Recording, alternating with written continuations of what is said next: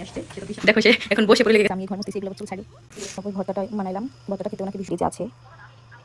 পেরিলির বাবা বাজার নিয়ে আসছে, দেখা যাক কি কি নিয়ে আসছে। সে তো বিশাল বড় বড় 2টা ব্যাগ নিয়ে আসছে। মাছগুলো ভেজে রাখলাম, এখন দেখা যাক কি কি সবজি আনছে। পেরিলের বাবা সব কাজ করে, পেরিলের বাবা খুব লক্ষ্মী, তাই না পেরিল? তোমার বাবা সব কাজ করে না? দেখো সে এখন বসে পড়ে লেগে গেছে পানি মুছতে। তার মেয়ে ফেলাইছে পানিগুলা, সেই মুছবে, আমি মুছতে পারবো না বলছি, সে এই জন্য সেই মুছতেছে। কাজের বিটি বেটা রহিমা, কাজের বেটা, সে বলতেছে কাজের বেটা রহিম, সে কাজের বেটা রহিম। খুব ভালো কথা, তুমি কাজের বেটা রহিম। কাজের বেটা রহিম, তুমি আর মুছার দরকার নাই, এদিকে আসো। বাবা কাজের বেটা রহিম। পেরিলের বাবা বলতেছে আমি এই ঘর মুছতেছি, এগুলো চুল ছাড়ি। একটা পাতাকপি আর কি আছে, শাক আছে, কলমি শাক, আর কি আছে আটার মিলন। ওটা কি তরমুজ, এত বড় সাইজের বেগুন যে মানুষ বেগুনি বানায়। ऐसे तो बहुत सरता नहीं। 3 केजी पियाज,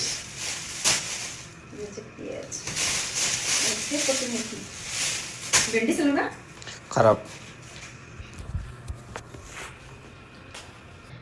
এখন বেরোলে বাবা কি করে দেখি, কচুর মুখী, এখানে আছে পেঁয়াজ রসুন মরিচ, সবগুলা কেটে দেবে, আমি রান্না করব।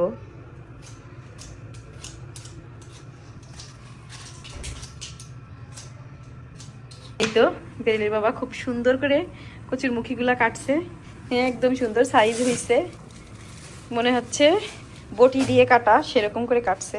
এখন সে পেঁয়াজ মরিচ এগুলাও কাটবে, খুবই সুন্দর হয়েছে, খুব সুন্দর করে কাটছে। দেখা যাক। এইখানে ভাত উঠাই দিছি, ভাতের চাউল, এটা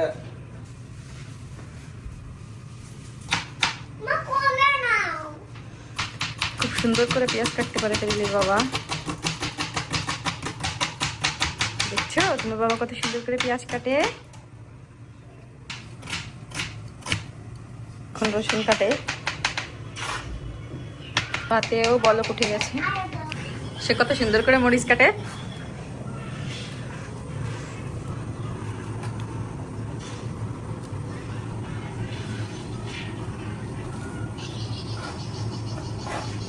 মরিচের বীজ এগুলা সব তুমি ফেলে দাও।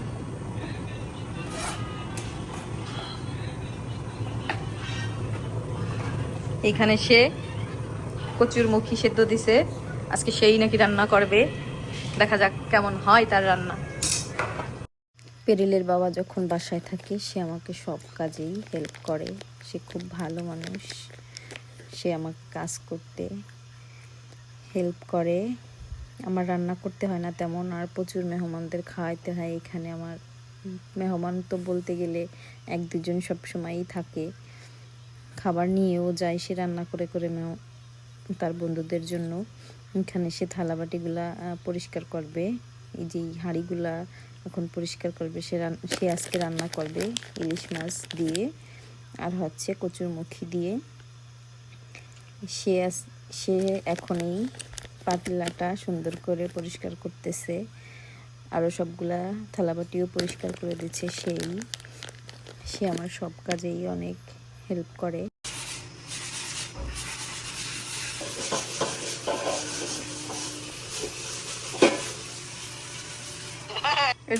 সে যে আজকে রান্না করবে এতগুলা কাজ করছে, সে আমার ফুফুকে ফোন দিয়ে বলতেছে ফুফুকে ফোন দাও, ফুফুকে ফোন দাও, ফুফুকে দেখানোর জন্য পাগল হয়ে গেছে, মানে ফুফু দেখলে ভালো বলবে, এই জন্য সে তার প্রশংসা শুনতে খুব খুশি হয়, তার প্রশংসা করলে সে খুব খুশি হয়। আছে তালের পিঠা বানাবো, নারকেল সুজি আর হচ্ছে তাল, এখানে তাল বড়া বানাবো। তেলটা গরম হয়েছে, এখন আমি আস্তে আস্তে করে দিয়ে দেবো। সবগুলা পিঠা দিয়ে দিচ্ছি, চুলাটা পরিষ্কার করলাম। এখানে পেরিলের বাবা আজকে ছুটির দিন, মাছ তো এখন আমার মাছ পরিষ্কার করে দেবে, মাছগুলা পরিষ্কার করবে, পেঁয়াজ কাটবে। সে আমার কাজে খুবই হেল্প করে, বলতে পারো আমার হেল্পফুল হাজবেন্ড। এই যে পিঠাগুলা হয়ে যাচ্ছে, আর এখানে পেরিলির বাবা মাছ পরিষ্কার করে, ইলিশ মাছ কেটে আনা। সে বাসায় পরিষ্কার করতেছে, আজকে সে বাসায় আছে, ছুটির দিন তার। সে খুব সুন্দর রান্না করতে পারে, আজকে সে রান্না করবে আর আমরা খাবো, তাই না? হ্যাঁ এই তো পানি ধরে রাখছি, পানি থাকবে না হয়তো একটু পরে। এই হচ্ছে আমাদের সকালের খাবার, পরাটা, পেরিলের বাবার জন্য রুটি। এই যে পেরিল খাচ্ছে, এখানে ডাউল, আর হচ্ছে গরুর বট, ভুড়ি, যেটাই বলো না কেন। এখানে আছে তাল বড়া, আর এখানে আছে ভাত। আর এইখানে পেরিলের বাবার মাছ পরিষ্কার করা হয়ে যাচ্ছে। এই যে মাছগুলা পরিষ্কার করতেছে। এদিকে আর খোলা পিঠা দিয়ে দিছি, এই যে খোলা পিঠা তাই দিছি। পিঠাগুলো সৌদি আরবে বসে তালের পিঠা ভাবা যায়? কয়জন খেতে পারে বলো তো? তোমাকে আমি বাংলাদেশ থেকে তাল এনে পিঠা বানাই খাওয়াচ্ছি, বুঝছো? তোমার শুকুর করা উচিত, শুক্রিয়া আদায় করবা। এখানে আমরা 6 পিস মাছ নিয়েছিলাম, এখন আমাদের আর একটা বিয়ে আসবে, নাকি আমাদের বাসায় দুপুরে খাওয়া দাওয়া করবে। এখন আমার আরো ফ্রিজ থেকে মাছ বের করা লাগবে। কোথায় রাখলাম মাছগুলা, কোথায় রাখলাম? এই তো এখানে আছে ইলিশ মাছ। ফ্রিজে প্রচুর মাছ মাংস আছে, অনেক রক্ত জমা হয়ে গেছে, এখন আবারও মাছ দিতে হবে। মাথা দিয়ে যাবে আবারও সেই মাছগুলো পরিষ্কার করতেছে। এখন আমি কি করি, আমার রান্না হচ্ছে, এই তো মাছগুলো ভাজতেছি। এই যে মাছগুলা ভাজতেছি, এখন চুলটাই দেবো। মাছ রান্না হবে কচুর মুখি দিয়ে।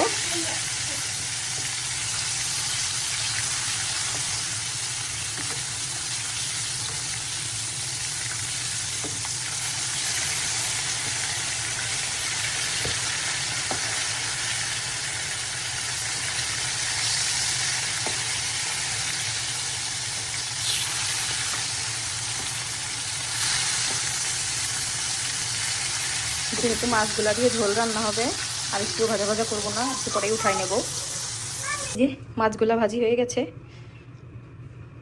এদিকে আমি চিংড়ি মাছগুলা দিয়ে দিছি, ভর্তা বানাবো। সরষের তেল, কাঁচা শুকনা মরিচ, পেঁয়াজ আর রসুন দিয়ে মজার একটা ভর্তা হয়। বাসছে পাগল পেরু।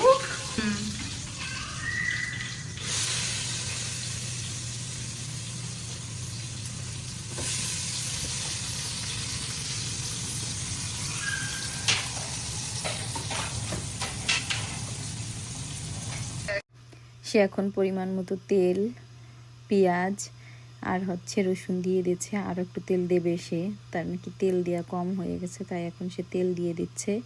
এখন সে লবণ দিয়ে দিচ্ছে, আরও সে খুঁজতেছে আস্ত জিরা, কিন্তু জিরাগুলো শেষ হয়ে গেছে।